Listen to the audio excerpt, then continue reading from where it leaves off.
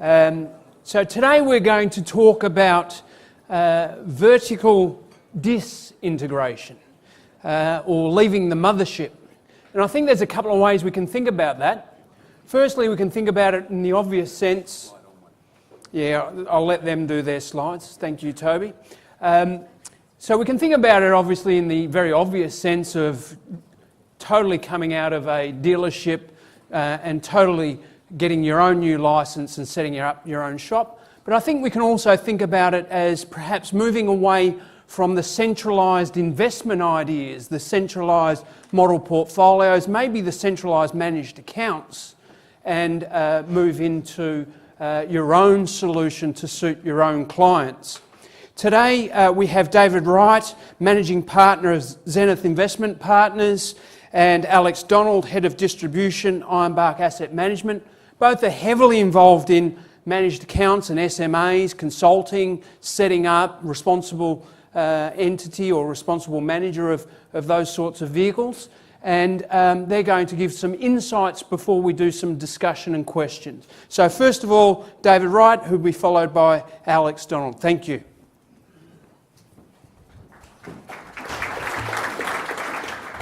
Thanks very much for that, Paul, and morning everybody. I thought, whilst it is a panel session and we're looking to encourage discussion, to sort of frame the discussion, I thought it was important perhaps to touch on some of our experiences in helping advisors and advice groups in relation to either establishing managed accounts or managing, monitoring and reporting on them.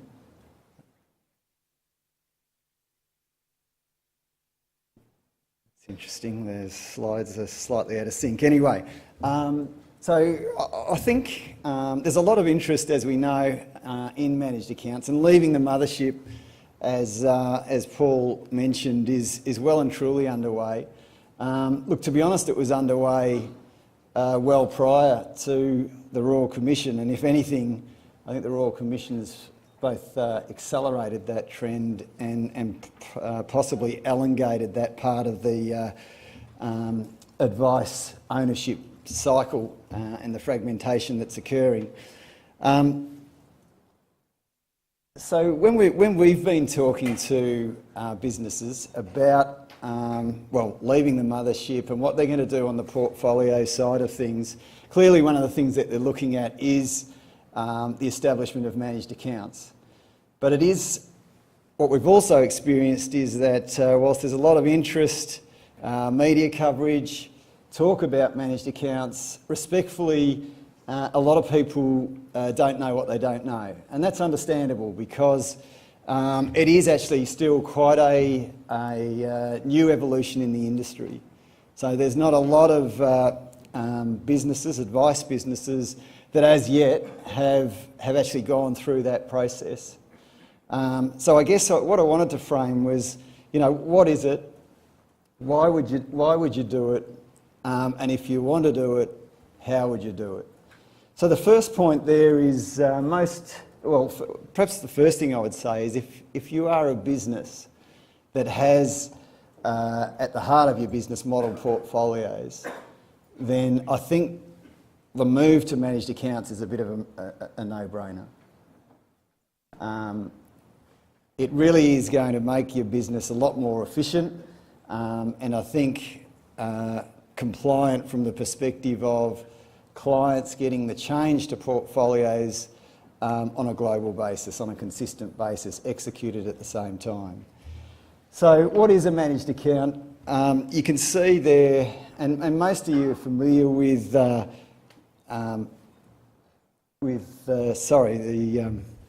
this is one slide advance to that, so sort of throw me out.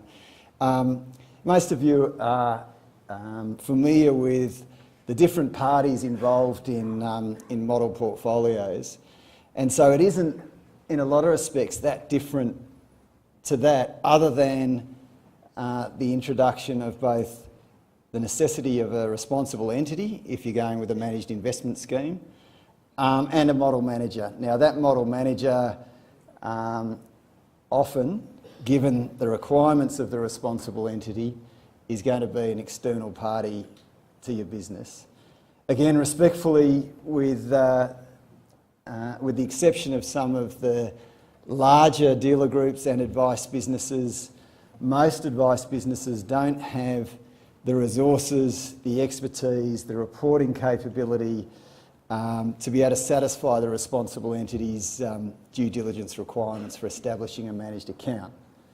So that's where the likes of an investment consultant, research house investment consultant is going to come into play. The managed account, the reason I'm focusing on the managed investment scheme is that, and there is again a misconception that MDAs are a service, and so some people, particularly since the Royal Commission, have started saying, well, our preference is more for an MDA than a managed account under a managed investment scheme. From October 1, MDAs will be regarded as financial products in the same way as managed accounts under a managed investment scheme. MDA licences, if you don't already have one, increasingly difficult to get. They're taking 9 to 12 months through ASIC, so there is capital adequacy requirements that is pretty consistent with that of responsible entities. And so I think for the majority of groups, realistically going forward, if you're looking to establish a managed account, it would be most likely under a managed investment scheme offered via the various platforms. So there's a number of advantages, and the key advantage from an advice perspective I've already touched on is just the greater efficiency. You know, the elimination or the need to have statements of advice, records of advice for portfolio changes is the main one. The other is that your clients are going to have a much more consistent investment experience in the same type of portfolios than they are currently because of the regulatory regime we operate under. If there's a change to a portfolio, you could be the first client that gets that change. You could be the last one. That could be a 12-month gap. And obviously, depending on the severity or need for that portfolio change, that can be a massive compliance risk for your business. From a client's perspective, I mean, why are you doing it? Well, of course you're doing it to enhance the service to your clients, and that should really result in better performance. As I said, you're not having the performance drag of having to get the clients in, which can be very time dependent, and again, depending on the severity of the change, portfolios' performance can be adversely affected.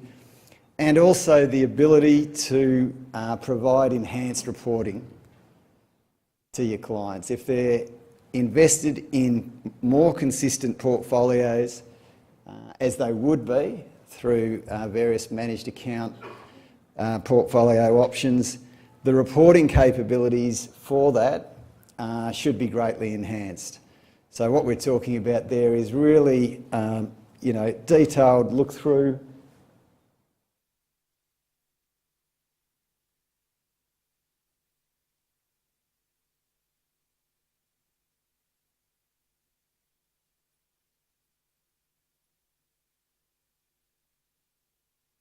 Yeah, this is one that's slight advance. So what I'm seeing here is different. Yes, because that one's coming. Okay. Yeah, okay, sure. Working beautifully. A bit like the awards. Anyway, so yeah, look, I mean, what I was wanting to say there is, like, from a best practice perspective, in running a managed account and reporting to the responsible entity, you're going to need to meet a number of requirements from the investment committee perspective, from the advisor's perspective clearly, but the advisor needs to be able to engage with the client with regards to what's happening in the portfolio.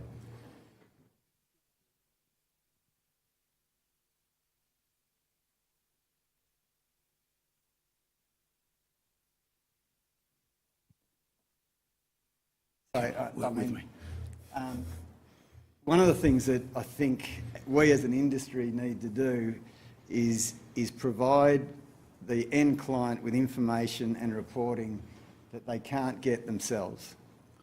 And that's becoming increasingly difficult, as you know, with investors able to get information directly from fund manager websites.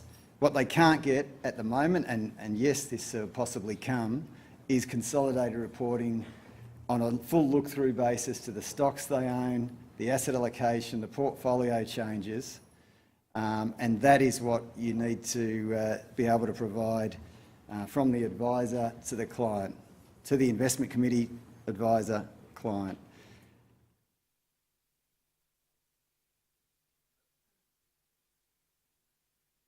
So I guess one of the things I wanted to show here was just a sample of that. So, as you know, most clients are not going to know who MFS or Arrow Street or possibly even a Magellan or Antipodes are. But what they will know is the underlying stocks that they hold in a consolidated fashion, your Alphabet or Google's, your Johnson & Johnson's and so forth. So that full sort of look-through basis to the real exposures in the portfolio are some of the enhancements that you should be able to provide by running a managed account structure. Look, that's probably everything I wanted to frame in terms of the discussion. Apologies for the desynchronisation of the slides. Great, thank you. And now that we've got it all right, I'll hand over to Alex.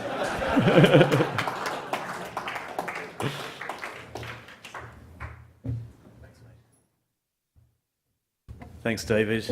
Thanks for sorting out the technology.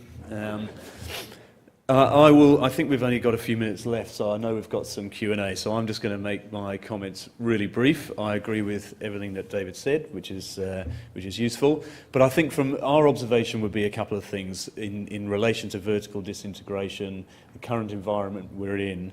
And I think if you think about the forces that have been driving the move to managed accounts, I think are largely two things. You've had a sort of push around the post-FOFA world where advisors and practices and licensees have been focused on profitability. At the same time, you've had managed accounts develop significant technology and capability which can help drive efficiency, ultimately potentially taking investment management model manager fees out of managed accounts, but also importantly improve client outcomes, client experience, etc. I think the current environment shows those forces getting only stronger. If you look at some of the things that have happened only in the last few months, you've got grandfathered arrangements being turned off. They are a key revenue item in a lot of financial planners' businesses, and so therefore there is going to be an increased focus on profitability. I think the other thing, which has obviously only happened in the last couple of weeks, and we'll wait to see how this plays out, but obviously you've now got a platform, a very major platform in the market with flat pricing. Flat pricing meaning that you are no longer remunerating or rewarding scale. So if you're a financial planning business with $10 million or you're IWF with billions of dollars, you get the same price from that platform. I think that fundamentally shakes up the large licensee dealer group aggregation model. So wait and see. I think there's a lot of reasons why people are in those models outside of platform pricing, but it is a key leg of why people are brought in large licensees. And so I think you will continue to see fragmentation. I don't think that's vertical disintegration. I think that's fragmentation of the industry. And I think people are increasingly using managed accounts as a way to get their businesses more profitable and to use managed accounts within that. So I think those forces are getting stronger, not weaker, and I think we'll continue to see that trend. And we see it significantly, and you can see the number of clients we deal with talking about building managed accounts and so on. But I do think the other thing that's obviously happened in the recent past is the Royal Commission. It's clearly still ongoing, the outcomes of which we won't know for a while, and we've got superannuation next week, I think. But that is causing people to pause. So we have seen a real spike in managed account usage, and I think then we've seen a reason for people to pause, to think about what is it that I'm building? How am I building it within my business? How am I dealing with conflict? How am I dealing with the negative perception around vertical integration. And those are really, really key questions that we get from planning businesses at the moment, is that how do I deal with all those elements? And I think we're going to have some Q&A around that. So those, I think, are really strong forces. As I said, Royal Commissions cause people to pause. I think even platforms have paused a little bit just to retest their models around how do people take fees, do they take fees, how do you disclose things, how do you get client consent, all those sorts of things. But I think once that settles down, we really predict the trend towards managed accounts really pushing harder. But I think also, I don't want to criticise the title too much, but I think, it's a bit of a misnomer in a way that, that if there's a sense that people leave a large licensee, get self-licensed, set up a managed account, that they're not actually becoming, if not more vertically integrated than they were in the first place. So I like Paul's definition of vertical disintegration as potentially moving away from models. I think I'll leave it there, because otherwise, I've got some slides, but otherwise we'll use up all the time. You've hit 2 points. Take a seat. You've hit 2 points around conflicts and around how they manage those conflicts and relationships. There seems to be considerable cynicism around the construction of mothership APLs as well as portfolios, and the conflicts that may come from that and commercial arrangements that may be involved in driving those. How do you see practices who are setting up SMAs and managed accounts avoiding replicating those exact conflicts within a smaller environment? So I think, are you talking about in relation to then advising their clients into their SMAs? Correct, yeah, and we saw that obviously at the Royal Commission where, we just put it into my SMA, which I'm getting a lovely fee. So how are people avoiding those conflicts that are in the big institutions and replicating it in their own practice? Yeah, so I think, it's a really good topic, right? and ultimately there is an ongoing Royal Commission, so, what the outcomes of which we don't know. So, but I think if you look at the regulatory framework currently, and you also, can everyone hear me? I think I disagree actually that the thing that was on trial at the Royal Commission with Sam Henderson was actually as SMAs. I think it was some other practices within his business, but I think it's reasonably clear that I think there are conflicts.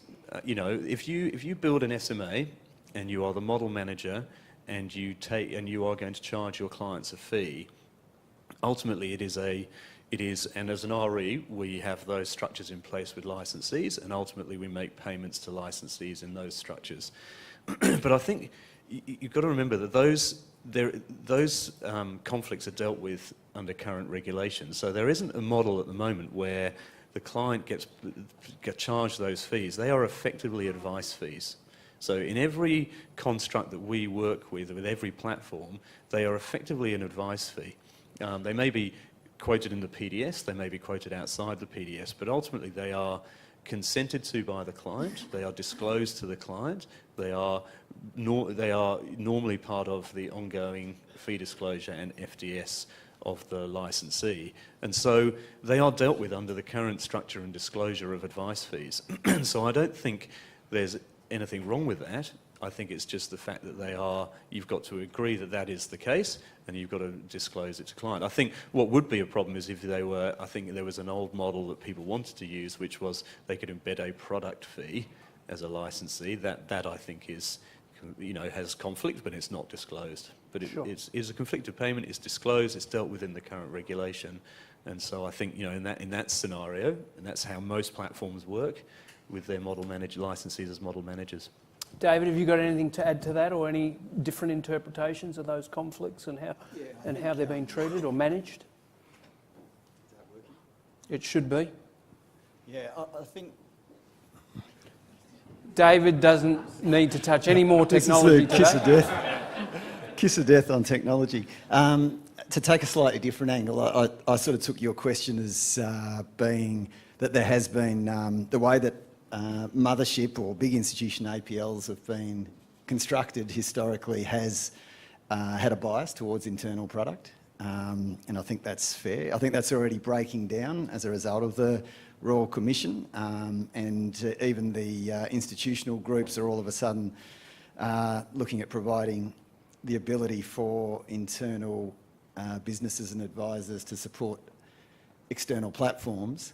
But there's another potential, maybe not conflict, but as you know, the platforms are doing various deals with different managers to have lower priced options on the platform. And they can't do that with every manager in every asset class, because part of the pitch, say, to the global equity manager is exactly that we're not going to do this with all managers on the platform. So what's happening is you're getting preferential pricing for some funds on different platforms. They're in new unit trusts, so that goes to the point of transferability as well. I sort of personally believe the ability to transfer managed accounts from platform to platforms much harder than what people make it out to be. So you're getting encouragement to use these discounted offerings by the platform, and the platform is making more margin on those products. So the conflict is slightly different, but there's still incentive, if you like, and now it's at the platform level to use particular product. As I've gone out to practices within the groups I've worked with, those who don't use the centralised models are often doing things for what they think is in their personal book client's interest. How are you seeing those advisors who want to run their own individual portfolio construction out of their practice? How are you seeing that? Alex, you said you need an external investment manager. David, how are you working with clients who want to run their own solution, investment solution, for their own clients? Yeah, and I might relate it slightly back to the the taking fees and conflict question, but I think essentially we act as RE for licensees doing exactly that and running it on multiple platforms. And you know, we're one of the only, in fact, the only RE that's piped into all the platforms as an external RE. And so we do this for a number of groups. As an RE, we have requirements. As a platform, there are governance requirements, and we've talked about this at IMAP before. But I think you have to have, if you are going to be the model manager, there are pretty significant capability requirements needed by both the RE and also the superannuation trustee and governance teams of the platforms. And so, in our case, we would look to, unless the licensee has a pretty substantial internal investment capability, and there are some that have those, you know, then we would be looking to have an external consultant, a Zenith, you know, or such on the investment committee, doing a lot of the heavy lifting, plus also then an independent investment committee member, you know, someone like yourself. Brad Matthews is on a number of our investment committees, in order to, and we advise the licensee about how to build these things out so that they can be successful in getting through the governance framework. But I think importantly, what we're trying to do is help licensees build really robust, future-proof investment capabilities that are backed in their managed accounts, which are going to last over time and add a lot of value to their clients and their business. So those are the kind of requirements. They're pretty significant. And I think, as you know, David was pointing out, I think one of the things that licensees, it's a new world where you're under product regulation. You're going through governance processes that every fund manager in this room would know well, but advisors wouldn't know that well. It's not their natural environment. And so it's a big piece of work, and it takes a lot of commitment, and so yes, I think, you know, but those are our requirements. David? I think it's a great point, because a lot of people are coming out, as the sort of topic suggests, out of the mothership for various reasons, but one of those is the constraints they've operated under, is the compliance regimes often been centred around, you know, the lowest common denominator. So the better practices are highly sort of frustrated by the constraints they operate under. And so coming out either into a new collective or licensee or their own licence, I think there is a misconception that, you know, the shackles are off, we can do whatever we want. And that's not the case with managed accounts, as Alex said. Like, you know, there is a responsible entity in place, at least for managed investment schemes, whether that be external or platform-based, and they have very onerous, you know, due diligence test and annual reporting and annual due diligence and so forth. So you need to meet those requirements. So Yeah, I think it is a misconception that you can build your own portfolios and you can go to a platform and say, I want to run my own managed accounts. It's just, it's not that simple. All right. Unfortunately, we've been ruined a little bit by the technology, but we've got through the main components of the topic. So, ladies and gentlemen, please thank our panellists. They've done a great job despite some technical issues. Thank you very much.